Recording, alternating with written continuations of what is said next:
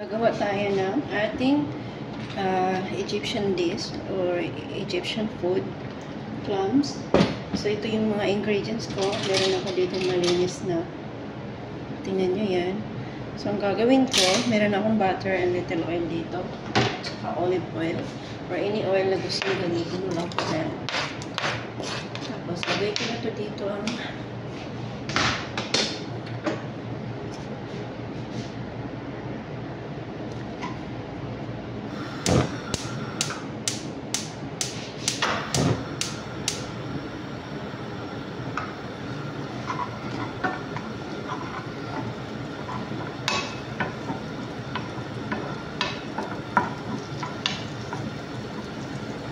lagay ko na yung clams.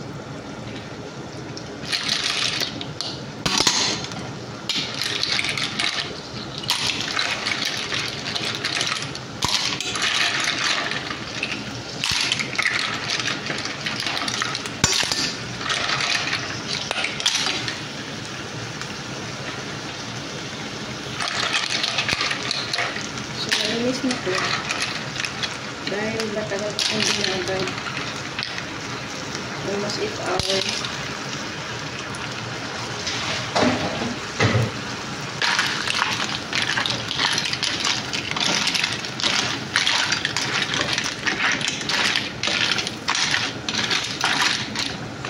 So, yun siya.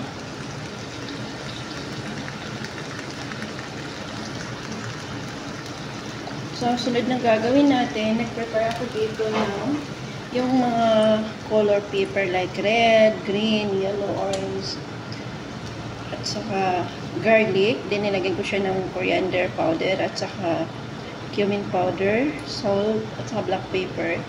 Minix ko siya at binlender para maging ganito siya. So, ilalagay ko siya dito.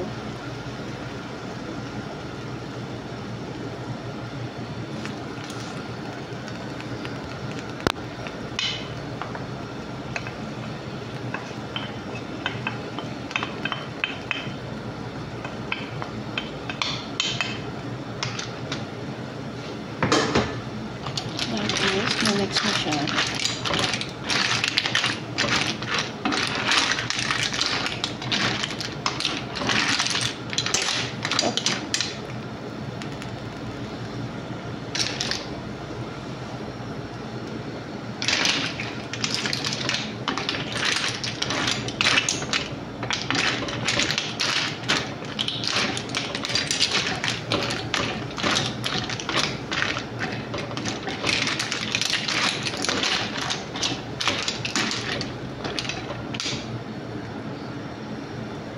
So, after mga 5 minutes, pwede na siyang tanggalin.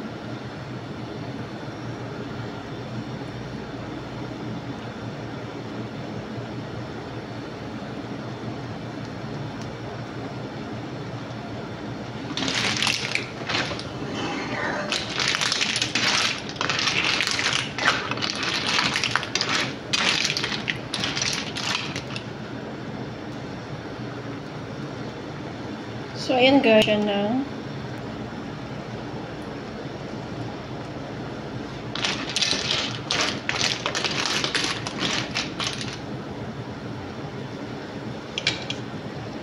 So, ayan. So, ang gagawin natin, kukuha lang tayo ng ating spoon. Yung tubig niya, yung pinaka-water niya. Isupunin natin, tapos ilalagay natin siya sa ibabaw.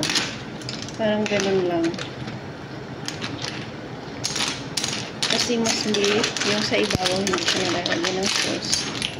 Kailangan ma-mix siya ng ma-mix.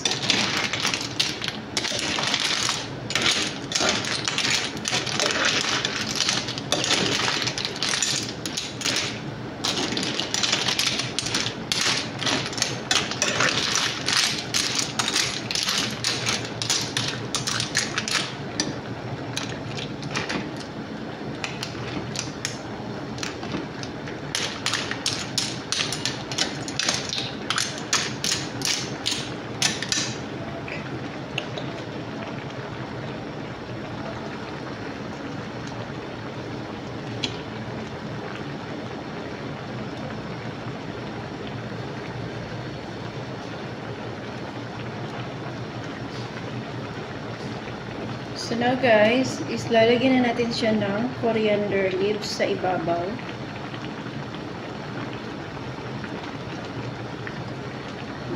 Dyan na siyang bango.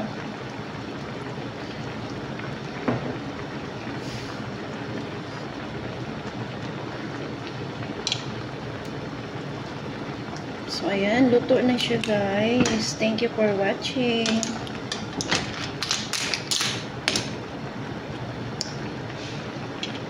Sarap niya.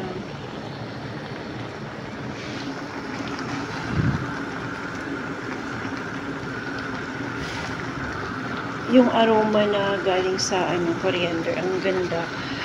Ang sarap ng amoy. Nakakagutom.